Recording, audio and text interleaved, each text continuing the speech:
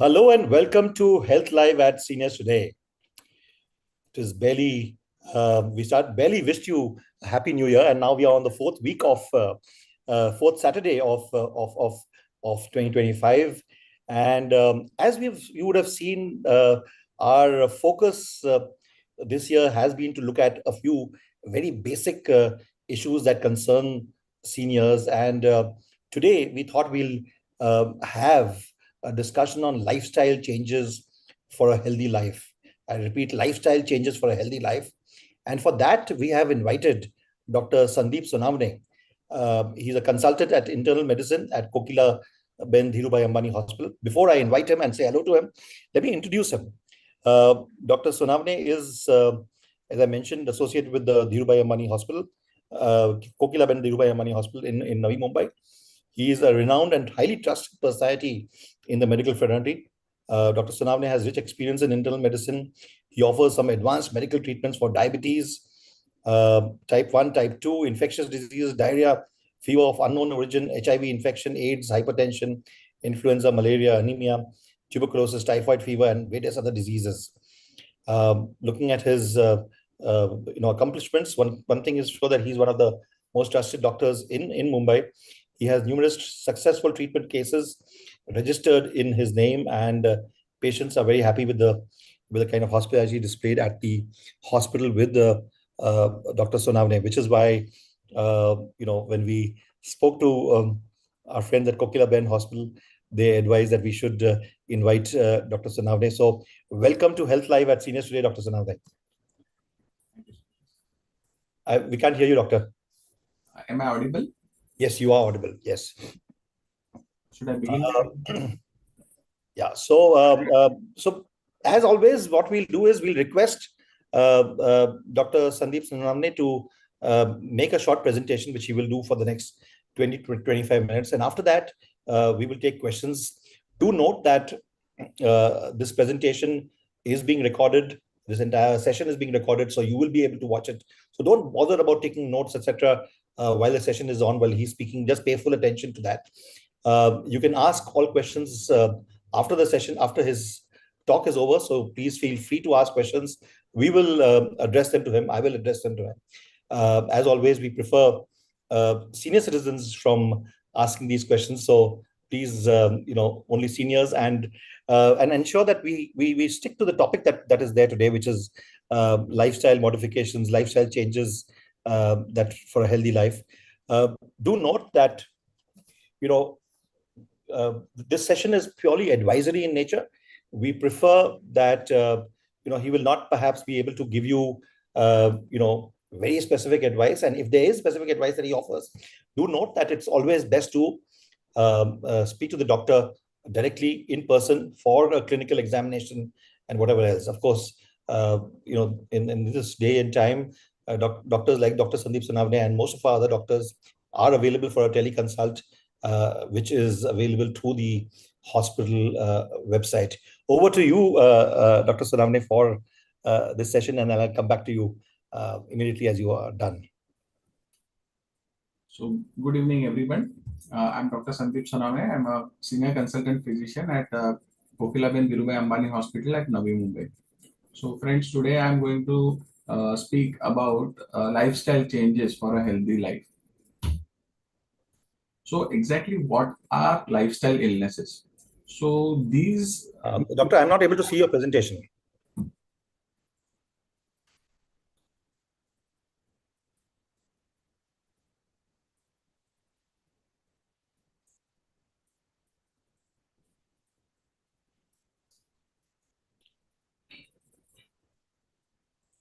Yeah, now it started coming, but you need to double click and move it. No, it's gone off. Yeah. Okay. Yeah.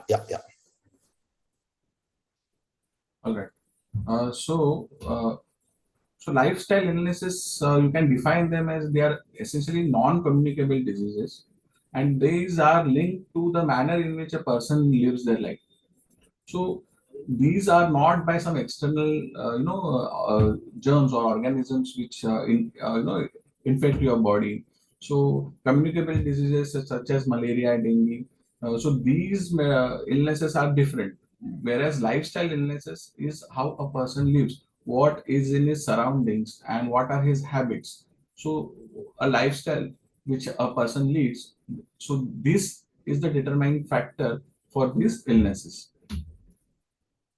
So what are these lifestyle illnesses? I will give you some examples such as heart diseases like myocardial infarction, heart failure, atherosclerosis, stroke, respiratory ailments such as bronchial asthma, COPD, uh, interstitial lung diseases, obesity, and type 2 diabetes. These are a few examples. Many of cancers are also related to lifestyle, uh, our lifestyle. So these are certain examples of what are the diseases we are facing because of our lifestyle. So why is this uh, why this set of illnesses are on the rise uh, is because if you say if what we used to live say 50 or maybe 100 years back was totally different from what we are living now. We have, since last few decades, we have definitely improved on our economic front. But along with this, we are not, there is less awareness among people about, a healthy lifestyle. We being economically sound now, we indulge into a lot of smoking, drinking. Some young fellows are also doing drugs. So these are affecting the vital organs of the body. Exposure to pollutants, maybe it is from water, food, or air, at workplace or home, is affecting your health. With economic boom, we are now tempted to drive to our destination. We are now restricting our physical activity. uh, with lot of young people, going for corporate jobs, or people who have attend retirement, they have a tendency to sit at home, or maybe at specific or recreational centers where the body movement is not there. So physical activity has reduced. Young patients, they are having habits like listening to loud music, and poor sitting has also led to a bad posture and multiple musculoskeletal illnesses. Poor and unhealthy habits, we are now bombarded with processed foods which have low nutrient value, and there's lack of whole fruits and vegetables in our diet, and more of processed food which is being consumed nowadays. The stress levels have gone up, maybe at workplace or sometimes even at home. So this has also led to lack or poor sleep, and these all things contribute to various lifestyle diseases which we are facing. And unfortunate to say that these lifestyle illnesses, we are seeing a huge or rapid rise in the incidence of these illnesses. So how to tackle them? So if you want to prevent lifestyle diseases, you have to track and maintain a healthy weight. See that you have, you are active physically and mentally. You do exercise, regular exercises. You focus on nutritious food. Be aware that what is junk and what is a healthy meal. Avoid indulging into smoking, drinking, and drugs. And you should have a regular preventive screening of your health status. So I'll be discussing in detail a little bit of these lifestyles and what modifications one can do to one can improve one's health. So exercise. So we are all aware, that we have to exercise. So what exercise? Exercise like even simple walking can of for 30 to 45 minutes can make wonders, give to your body. Sitting at one posture, maybe at office or at home, this decreases the muscle power Also, one is prone to develop blood clots in their limbs, which can have a catastrophic effect on their heart. So reducing weight, doing exercise not only reduces body fat but also reduces weight, helps in better management of diabetes and hypertension uh, for anyone.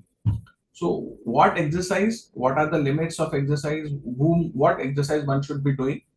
Uh, Even walking for 30 to 45 minutes is a good exercise. If your physical status permits, then brisk walking or aerobic exercise are very nice for your body. So what does this exercise does? It helps in lowering your blood glucose level. It helps in reducing the fat content, helps in reducing the cholesterol, controls your weight, increases the blood circulation of your body, and improves your insulin secretions, helps in better managing your already pre-existing illnesses like diabetes and heart illnesses. So exercise is very important. Resistance exercise, that is going to a gym, that depends upon one's physical status, and you can always consult your doctors and take suggestions from your doctors that what are the exercises which I can do. So within your permits limits, see that whatever your body permits, see that you at least exercise 30 to 45 minutes in a day. Yoga. Now we all are flooded with benefits of yoga. So what does yoga do and what does yoga does not do? One should be aware of it. Main thing what I would say that yoga does not cause weight loss. So it helps in increasing your muscle endurance and strength, improves your immunity, improves joint health. But it is not an exercise. So you are not going to burn a lot of calories by yoga.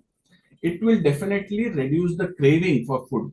The craving for food, like having junk food or like cold drinks and burgers. So having junk food, it will reduce the craving, but it will not burn the fat which is already present in the body. Yoga also helps in reducing stress levels. It improves your blood sugar, reduces your cholesterol, and improves your blood circulation.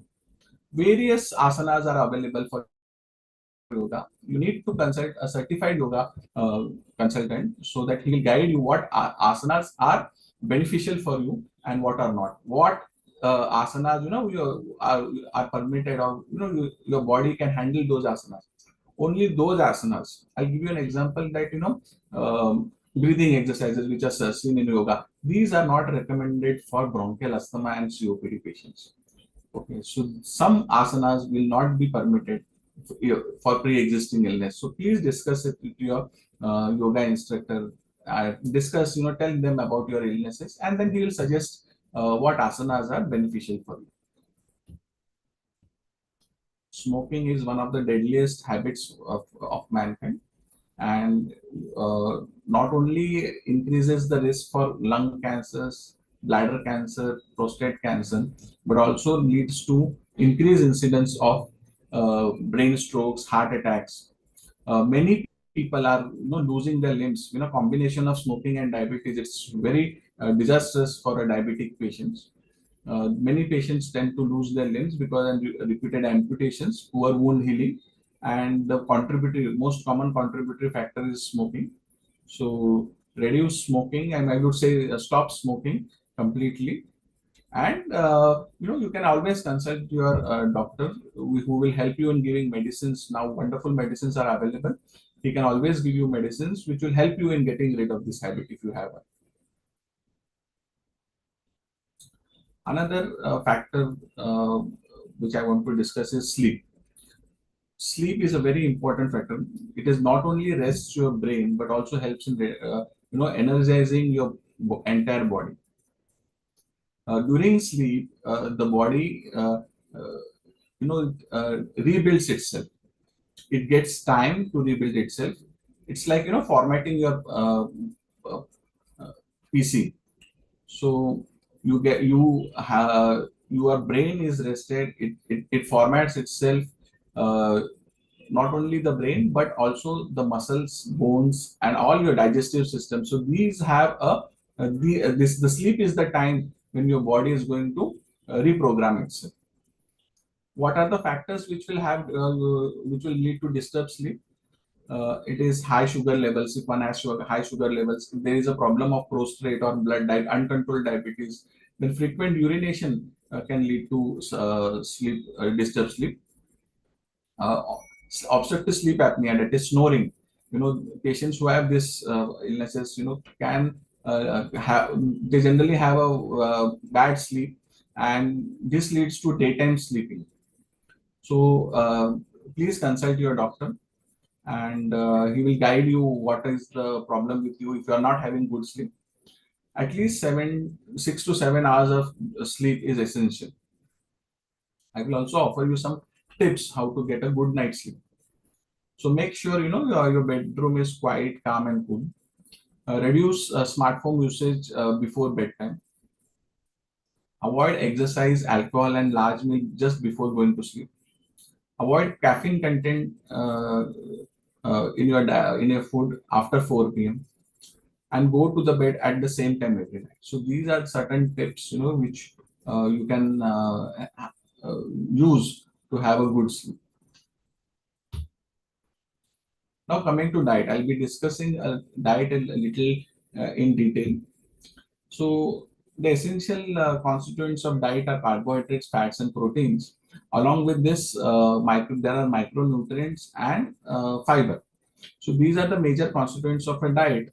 And what you should have the idea of diet management, or the diet changes one should do, is that one should have a balanced diet. So there should be a good proportion of carbohydrates. I'll be discussing in detail about each factor. So a combination of all the constituents of a balanced diet, which should include carbohydrates, fats, proteins, micronutrients, and fiber. So all these constituents are important. Now, carbohydrates. Carbohydrates, or the glucose. Glucose is the most important constituents. We eat because to live, so we are alive because of the glucose. That the glucose is the energy source of our body. So the diet, whatever we are eating, majority of these are the carbohydrates. So these should constitute around 55 to 60% of your diet. We obtain carbohydrates from fruits, vegetables, whole grains, legumes, low-fat milk, dairy products. So we obtain carbohydrates from these sources. What the recent changes in the carbohydrates have we have seen are, we are now eating lot of refined sugars. Okay, maybe it is sucrose, that is the table sugar, or there is increased amount of rice and refined wheat flour, that is the maida. So these has led to a rapid rise in the blood sugar levels. If you eat lot of processed carbohydrates, your blood, once you have a meal, your blood sugar levels will surge. This surge will cause an increased insulin production in your body. Insulin also acts as a growth factor. So this leads to obesity. And if you are overworking something, the pancreas has to increase have increase has a increased workload to produce insulin. So it is working hard, and slowly its health deteriorates, and your beta cells reduce, and ultimately leads to diabetes.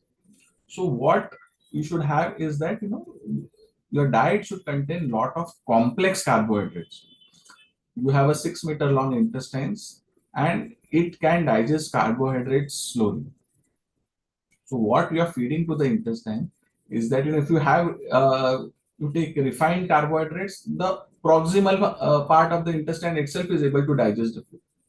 So the food doesn't enter the lower intestine.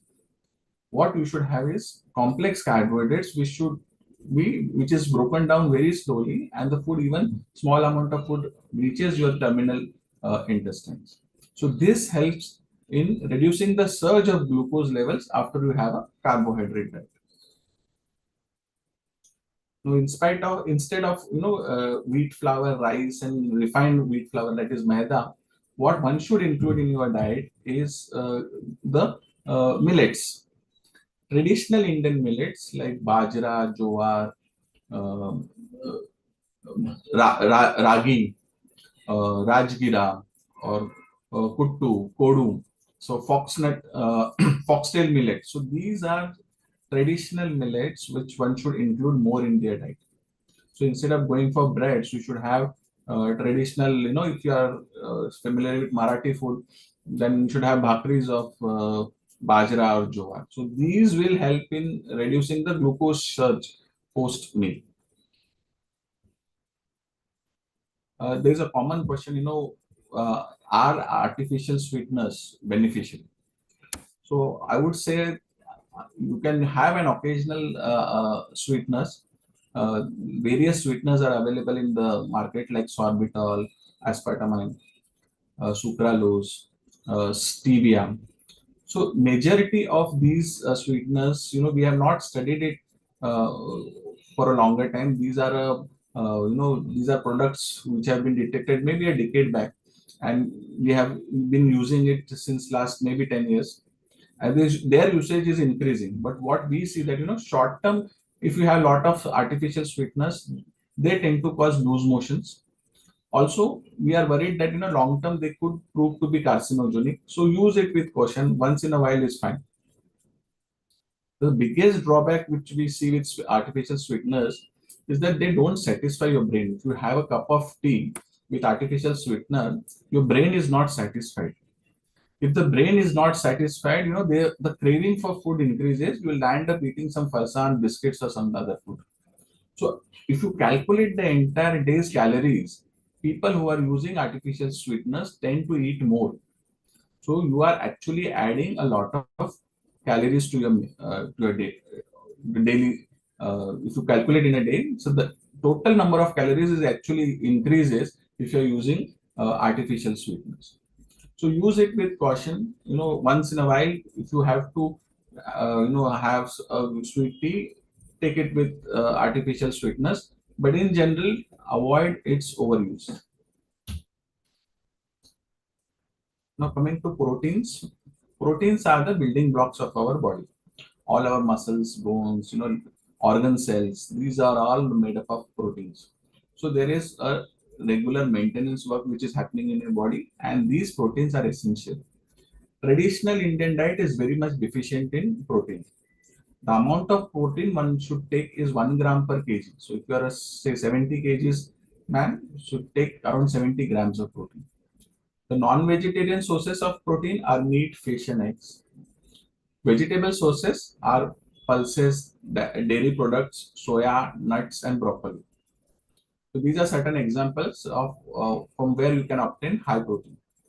See to it that all your meal contains at least 25 to 30% of your meal should be proteins. Nuts, unfortunately, the fat to protein ratio is very high. So you get protein from whole nuts, but along with that, you get a very high fat content also. So you have dry fruits in moderation. Now fats. So you have to reduce the fat intake to less than 25%. Uh, there are a lot of misconceptions about fat that one should avoid fat at all. One should not, the fat is an important factor. It is a fuel for heart. So heart uses fats for it as a fuel. Fat is also essential for brain work. So a lot of memory issues. If you have a complete fat-free meal, you'll have a lot of memory issues. Your neurons or the brain cells will deteriorate faster. So a small amount, that is less than 25% of your diet, should contain fat. Uh, Again, lot of conceptions are, lot of oils have cholesterol. So none of the cooking oil which we use have cholesterol. Our body makes cholesterol. So our body can make its own cholesterol, and the raw material for this cholesterol is sugar and fats.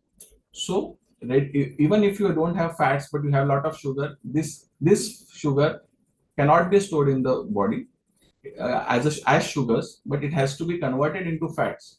So if you are using, if you are taking lot of sugars and oil, ultimately this leads to increase in your cholesterol levels.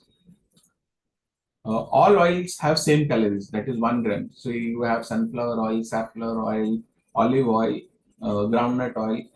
Every oil, the calorie content is the same. That is 1 gram is equal to gives you 9 kilocalories.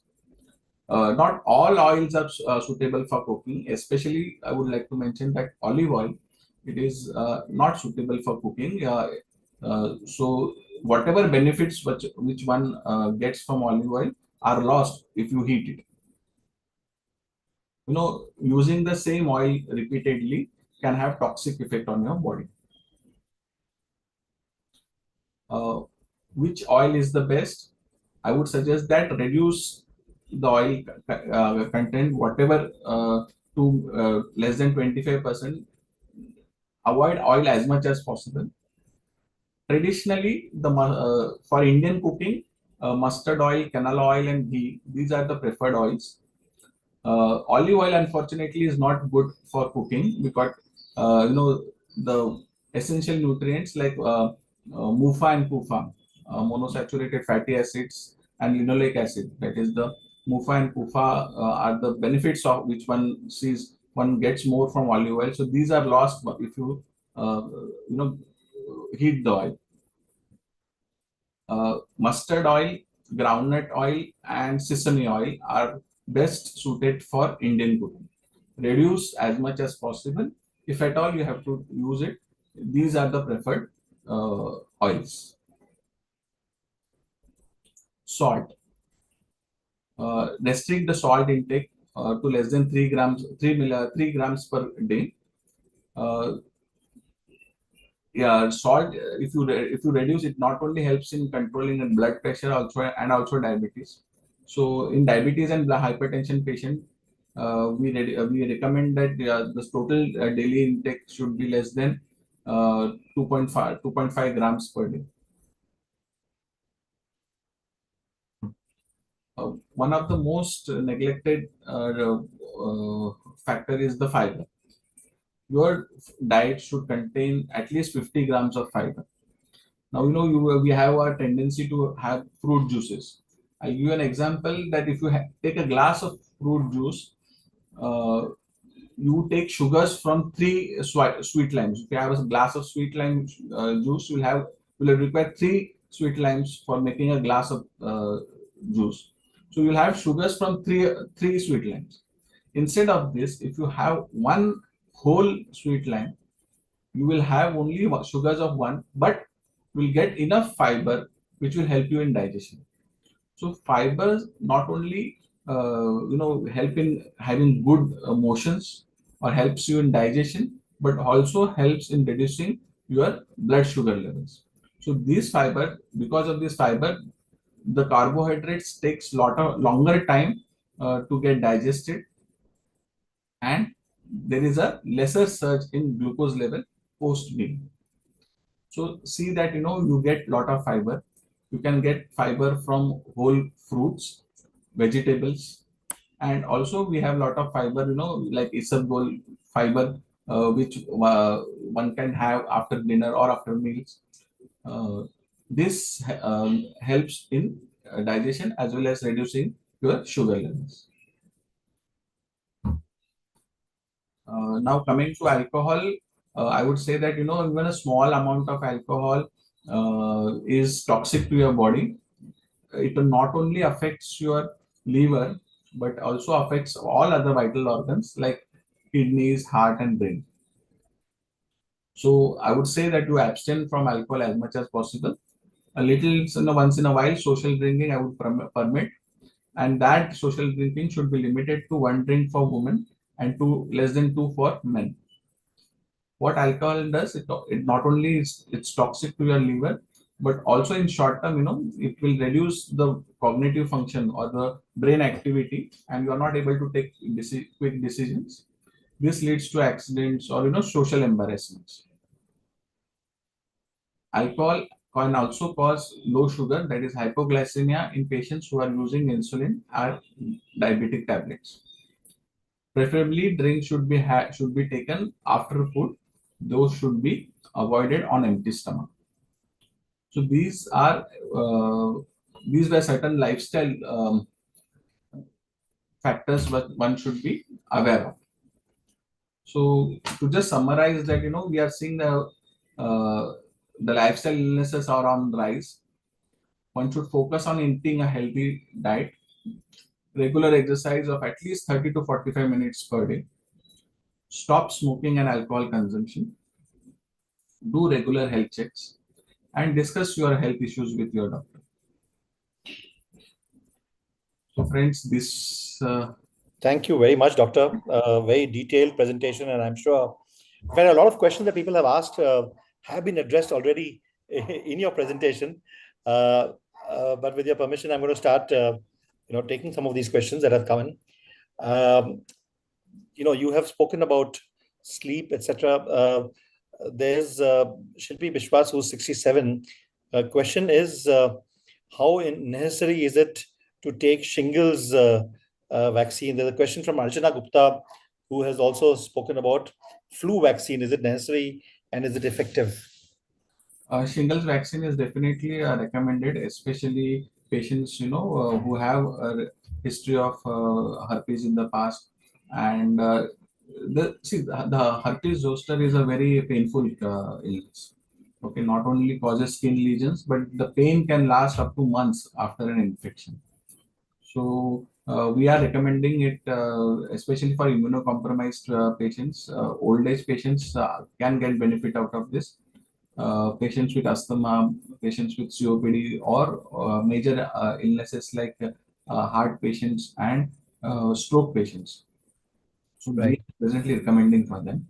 And patients who are above 60 years are definitely can. It's We have a question. Yeah, we have a question from Sunita Verma, who asks, is vegan diet good or is it deficient in some nutrients? the only deficient would be vitamin B12. Unfortunately, there is no vegetable source for vitamin B12. But nowadays, we are getting a lot of, easy and very economical supplements of B12 are available. So if one, wants to go for vegetarian diet, he is always welcome. And provided Vegan, that he has vegan, regular checks for at least yearly checks for vitamin B12 and see that he is not deficient. If he is deficient, he needs to take supplement. vegan would mean, of course, even dairy products not being there. See, that is a personal choice, I would say. If you want, my opening statement about diet was a balanced diet. We should include everything. But if one opts for vegan diet, that is fine. But vitamin B12 is a matter of concern. It's an interesting question that Sunita Verma has asked. Why is lactose intolerance and gluten intolerance more prevalent nowadays? Gluten intolerance is because we have now reduced the fiber from the wheat. Okay, so wheat and the refined flour, maida, this has lot of glutens. So if you remove fiber, this is going to give a lot of trouble. See, if the maida roti gets cold, it is very difficult to break it by your hands. You just imagine how your intestines are suffering. So what occurs is that the food is not able to move forward. The intestines are not able to digest it. It remains static. And a classical food is that chole bhature. You have a gluten, you get gluten from bhature, and the chole produce lot of gas. So these patients will develop a severe bloating. Okay. But doctor, tell me something now. All of us, to an extent, while we all hear these things, how easy or difficult is it? Say for somebody like yourself, how easy or difficult is it to stick to this kind of a abstinence virtually? See, unless you make an effort, you are not going to change. So whatever is there, I'm presenting you what are the healthy options. Right. So in today's lifestyle, sometimes it is becomes difficult, to totally abstain from refined flours. Okay, but then if you have to make certain decisions. You have to take certain steps to avoid this. If you are having gluten intolerance, there is no point in taking gluten. So what one way, other way is that you have lot of fiber along with gluten. If at all you have to eat someday, you have. See, if I go to a party, I cannot expect them to give jowar roti and bajra roti. So then I had to eat a wheat or maida roti. So what I do, I eat lot of fiber along with this. This will help in moving the food or getting the food digested properly, and I'll have less bloat. Fibers along with with maida, etc. So salads and whatever else. Or if that is not available, then come home and have a have some isabgol, Yes. right? There are two questions around this. One is from Rashmi Barma, and the other is from Vijay Ganduri. Any special diets for hypothyroid or restrictions, if any? Vijay asks is for hypothyroid patient, dietitian suggests to avoid cauliflower, cabbage, soya, but the doctor says there's no need to restrict this as patient is taking thyroid medication. It's confusing. Your take. Okay, I'll just simplify this query. Uh, Hypothyroid is majorly because of two reasons. One is because of iodine deficiency. Iodine deficiency traditionally is not seen in maybe in the coastal areas, but it is seen in the foothills of Himalayas, especially villages of Uttar Pradesh and Bihar, where the water is essentially deficient in iodine. In these patients, one should avoid cabbage, cauliflower, and soya. Why? Because they tend to chelate the iodine molecules, and they will prevent its availability. So patients who are deficient in iodine need food restrictions. But what we see rest of the India is that the hypothyroid reason behind it is autoimmune destruction of thyroid gland. So your thyroid gland has got destructed by your own cells. So there is not enough thyroid tissue to make enough hormone. So you are deficient in hormone. In this case, the only method of treating this is to take external supplements. Unfortunately, no diet is going to help in this. So if you are deficient in iodine, then doctors will put restriction on food items. Otherwise, there are no food restrictions. Right. Doctor, we have a question from Shobha Srivastav. Again, too many questions on diet. Should we consume turmeric milk, haldi doodh, as they, have? Is that something that you advise? And also, since you're talking about haldi doodh, there are various natural potions that are there. I'm not talking about Ayurvedic medicines, but the general, medicine, the potions that people advise over a period of time, whether it is ajwain water, whether it is adrak chai, etc. Are these things helpful, or are these just they help in easing the pain or the throat itch, etc.? What is the medical view? See, turmeric, ginger, cloves. These are traditional medicines which we have been using since long years. So definitely they have benefits. Turmeric milk, especially if you take it at night, it helps in improving your immunity, helps in digestion. It reduces your stress level. Unfortunately, we have not studied these enough in a scientific way, or the way the world sees it. Okay, if you don't have a scientific data, then it is very difficult to justify these things. So it is our unfortunate state that we are not studying our own products. I think more studies on these with a scientific approach has to be done, so that we can say with assurity that taking a glass of haldi doodh is going to be this beneficial, or this is going to help in these. Now just speaking up vaguely about this doesn't make me very convincing.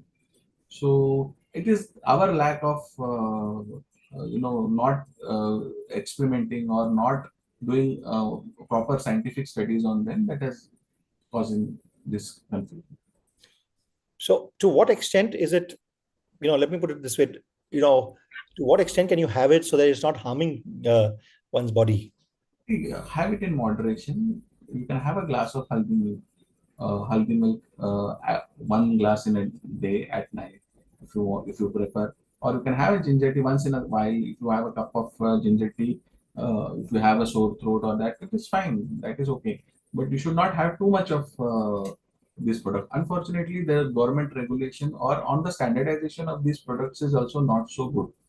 So, what haldi you are buying, whether it is adulterant free, and what is the source. So, these also things matter. Right.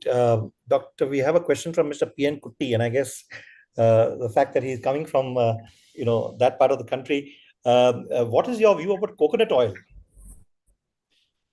Coconut oil is high in saturated fat.